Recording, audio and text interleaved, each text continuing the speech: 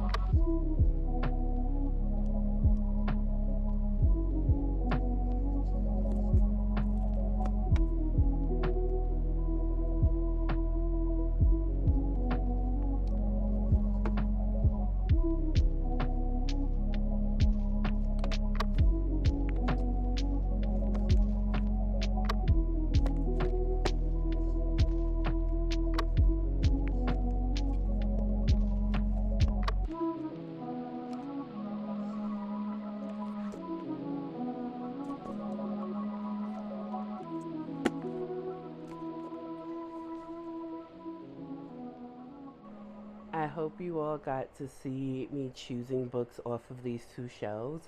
Because I think I skipped some books on the first shelf the first time, I went back over it, but I also picked from the second shelf. So let me show you what we're unhauling in this shelf reflection.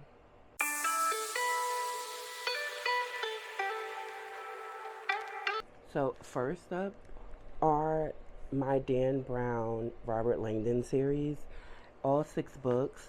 I will not be continuing in the series, and yes, I could go back and read these, but they would hold no suspense or no surprise for me anymore. So there's no need to keep them around. Plus, if I ever wanted to reread them, I can just go to the library. These will find a good home somewhere else.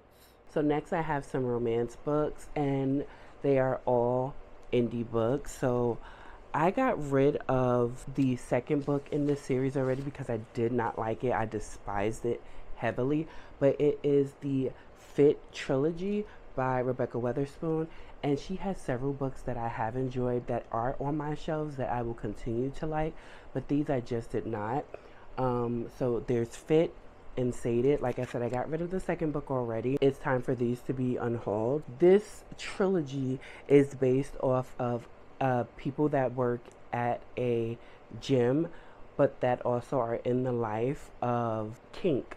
What type of kink you would have to read to find out, I don't really remember. And these are all interracial. I mean, they do have switches, they have just the kink community, and they were enjoyable enough, but I did not like the way they were written and the way the FMCs more so were written. So no, it's a no for me. It's time for them to go. Next is The Fake Boyfriend Fiasco by Talia Hibbert. I actually like the cover. The story itself was like a 2.53, so I don't know how it got to stay on my shelves for so long, but it wasn't long ago that I've read this. I think I either read this at the top of this year or at the bottom of last year. So I haven't had this on my shelf just sitting on my red shelves for too long. But yeah, it wasn't the story did not blow me away. It was, if anything, it was like a 3. It was like a kind of book. So it can also go. Next would be Sweet Hand by N.G. Peltier. Now, I do have the second book in this series on my physical TBR shelves. However, this one did not do it for me, and it was very long-winded. It took a while for the story to pick up. The only thing I actually did like about the story is the bisexual representation of our MMC being bisexual and not thinking that she would go for him. And she's like, bi ain't never stopped a thing. And I know that's right. However, other than that, it was kind of black to me as well. Next is The Guild by Felicia Day and Jim Brugg. This is a RPG, graphic novel, video games, and humor kind of comic kind of graphic novel thing.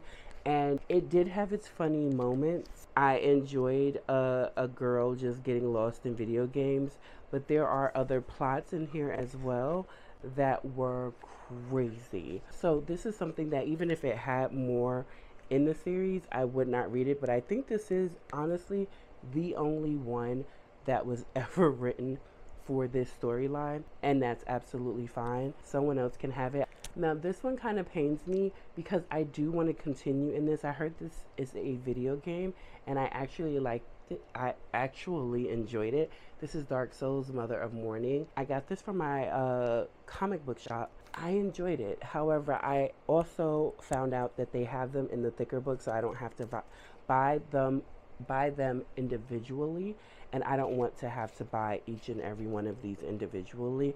I would rather buy them bound in a graphic novel kind of format, so that's why I'm getting rid of this one, but I will be buying them bound. So next we have Wendy Darling by AC Wise. I read this and it kind of annoyed me. If you know anything about me, you know that I love a retelling, especially a Peter Pan retelling, but this one did not do it for me.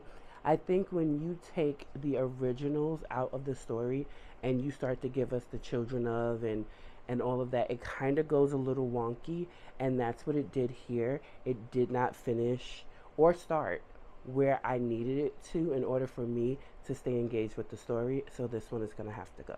This one also pains me a little bit because Sleep Like Death is Sleeping Beauty retelling, and our FMC for this one is Black. I enjoyed it, however, it didn't give me everything. I needed so much more. It dragged in certain places, and it did not capture me. Point blank period, it did not capture me, and that's why it has to go. Now, I got these two next books for my birthday about maybe 3 or 4 years ago. It was a while ago. It was 3 or 4 years ago that I got these books for my birthday. Someone bought them for me. Actually, it was Between Paperback Worlds. She bought it for me for my birthday. Haunting and Hunting Adeline. This is what year did these actually come out? Let's do some due diligence. These came out in 2021. So these came out 5 years ago, and I got them about I want to say 4 years ago. It could have been 5 years ago, but I believe it was 4 years ago. And the reason why I wanted them then was because they were floating around TikTok, BookTube, and Bookstagram. And I was like, what are these books? Because I actually like covers that look like this. They don't have people on them. And so I got it. I actually read book 1 with my book club. If you want to join my book club, we are over on Fable, and we do read indie books. This is still indie. I don't know if she's actually trad published these as of now, but these are the first indie copies. I got them.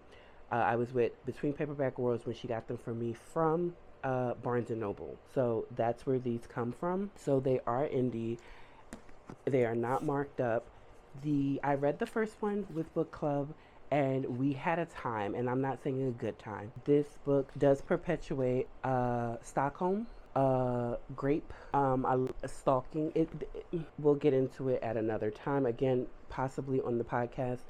But book 1 was not good. That's why I never picked up book 2. So they can go. Remember that any books that you see me unhauling or getting rid of, no, you can definitely find them on my Pango. Just go on over there. If it's your first time using Pango, you can use my code SASHABONAY and save some money. I don't know how much, but you can save if it's your first time. If not, the code will not work. However, my prices are never outrageous. But yeah, that's it. Shelf reflection for shelf 2 is down. We will be getting into shelf 3, and I'm making room because I have a lot of books, and I know what I like to read, and these were books, even if I did keep them, they would never have been reread ever. So I like to keep books that I know that I can go on my shelves and reread them anytime and I won't hesitate. And these were not it. Therefore, they can go. But if you've made it this far in the video, don't forget to like, comment, and subscribe. I would really appreciate it. Let me know if you've read any of the books that I am about to unhaul. Have you ever shopped on Pango? And if you have, what did you buy? I will definitely see you in the next one. Bye.